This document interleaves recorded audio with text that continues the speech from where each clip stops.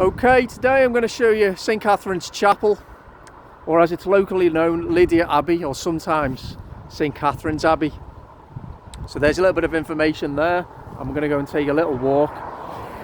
So it's just started to rain actually, just as I decided to come out and do this film, but hopefully it won't amount to very much. So we'll show you first of all,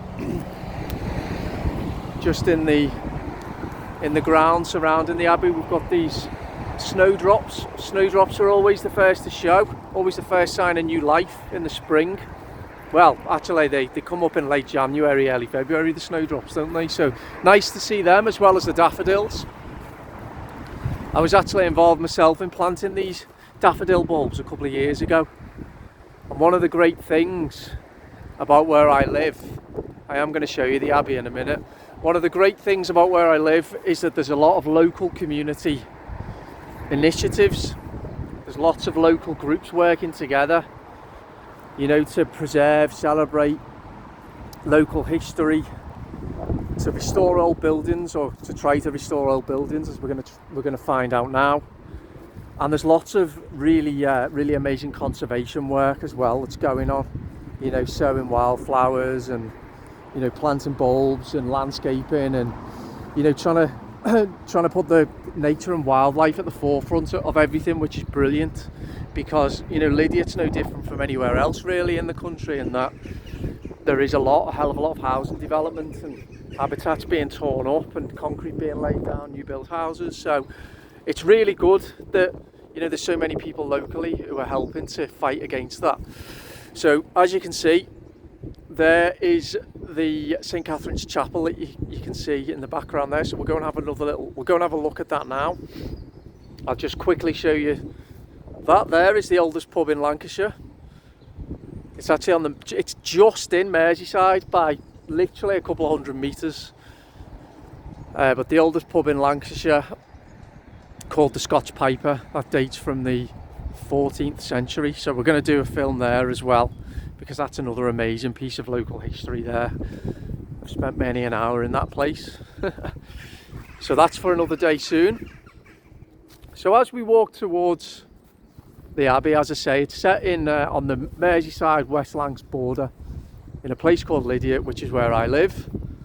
So Lydiate is the northernmost suburb of Liverpool, just before you come onto the West Lancashire Plain, which is a fairly extensive piece of flat land that's used mainly for farming. There's not many big towns in West Lancs, so it's one of the most sparsely populated areas of the country, which I enjoy because there's lots of space.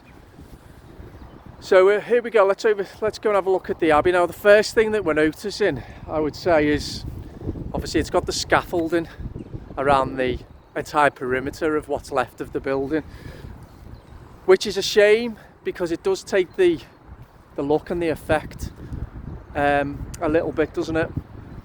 But I'm going to show you the outside of the building first. Now the reason obviously the scaffolding that is there is to stop any further damage and deterioration of the structure of the building. The scaffolding has been around for, I'd say, at least 10 years. And what's happening at the moment is that local groups, I think the Archdiocese, the council, there is work taking place to try to, to apply for funding and to try to secure some funding to ensure the restoration of this magnificent Abbey, well, chapel. Technically it's a chapel. So I'll just step back again and you can see, I'll tell you a little bit about the history of this place. So it dates from the late 15th, early 16th century, and it was built as a private chapel for private worship for local people by the Island family. You know, they were lords of the manor, and as I say, the chapel was used for worship for local people, and it was called St Catherine's Chapel. So Catherine Blundell was the wife of Lawrence Island, and again her family were very well known locally. They were also landowners, so the Blundell name's is quite well known around these parts. There's a road named Well Blundell Avenue. One of the local pubs is called the Well Blundell. So again, you can see, you know, names of things always tell us a little bit about the history of a place, don't they? And the chapel was used as a place of worship until, of course, things radically changed with Henry VIII and the dissolution of the monasteries. And you can see it's a shame that we can't go closer, but hopefully you can get a little flavour of the character of this place. When we were kids, we used to come down here, you know, when it was going dark, when the sun was setting and it was dusk, and it was quite, as you can imagine, quite an eerie place. You've got the old gravestones here.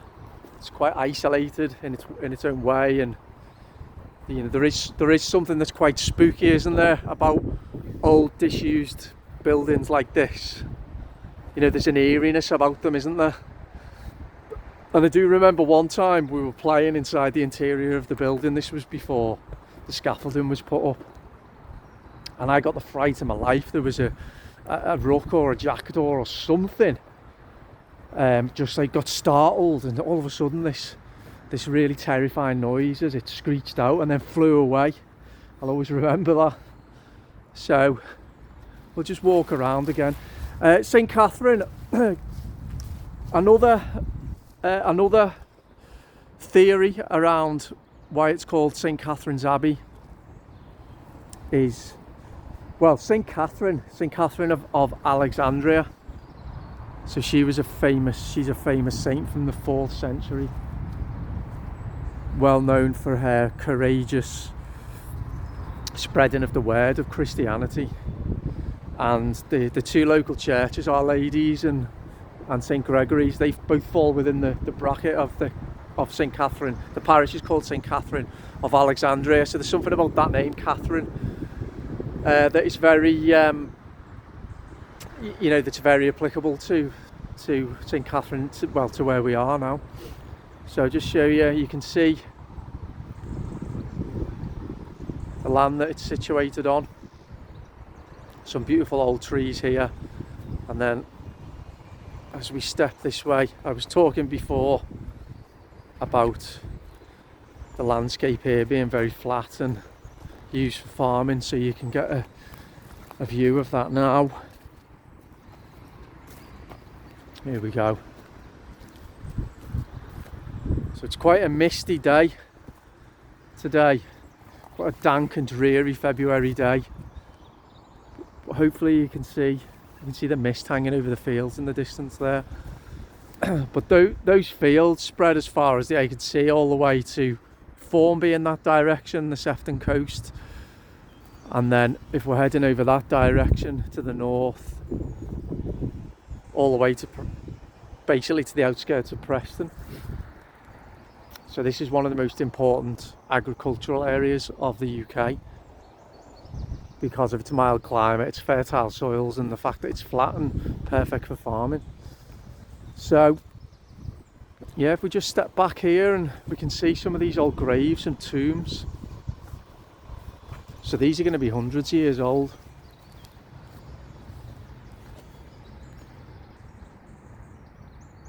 And you can really feel the history of this place. It's ancient. Lydiate's an interesting place. It's in the Domesday Book. There's evidence of early settlements here from as early as the 10th century. So I'm hoping to do a few more videos on local history.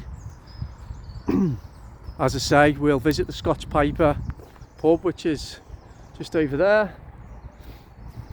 And then Our Lady's Catholic Church, which is a beautiful old church. We'll go there as well. So we'll just carry on walking this way.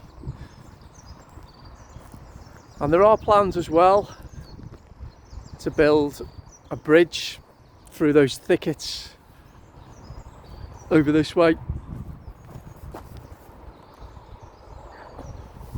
A bridge directly to the Scots Piper pub there, complete with some picnic benches, and that should be quite nice. And what else is this area used for? Well, this area here that I'm showing you now has been used for plays and Shakespeare productions and things like that. So you can see how that would be a perfect setting for that kind of thing. Let's just have a little look at this sign here. Let's see what it says. So you can have a little read of that. It's got some information there on the actual layout of the Abbey and what was going on in there and what it was for, the purpose of each area. Made from local sandstone. So there we go. Now, as I say, there are strenuous attempts at the moment locally to try to secure funding for this, for the restoration of this amazing old building. But my understanding is, as is the case often with these types of things, is that it's taken, you know, it's difficult to secure funding, you know, the bureaucracy associated with it. So if anybody's interested, I'll put the link to the local council website where you can find out more information about this building, about the process of securing funds, and about the community group called Friends of the Abbey, who do all this amazing work, both in terms of raising the profile, raising publicity, applying for funding, doing the conservation work, and, you know, most of all, by keeping the history alive. You know, each generation really is responsible for that, aren't they? For keeping that history alive, for, you know, educating the youth, you know, getting them involved as well, and just highlighting the importance of what's gone before us, you know. And you see that history, and, you know, it's inspiring. And to think that this is right on my doorstep, it's incredible, really. So I was saying before about the conservation work and the, you know, looking out for local wildlife and trying to provide. So you've got these bird boxes, bat boxes. As I say, lots of wildflowers have been planted, daffodils, they're going to come up soon in this area. So a couple of months from now, in April, May, this will just be carpeted with, it'll be carpeted with bluebells. You'll see daffodils and tulips, and then you'll see all the wildflowers coming up as well. And these trees will all be in full leaf, so it takes on a different look. So that's a little bit of information about where we are today. St. Catherine's Chapel, stroke Lydiate Abbey. There you go. So I hope you enjoyed this video today. Do let me know what you think in the comments. If you've visited here yourself, or if you know a little bit about the chapel, then leave a comment, and I'll speak to you soon. Okay, cheers, bye bye.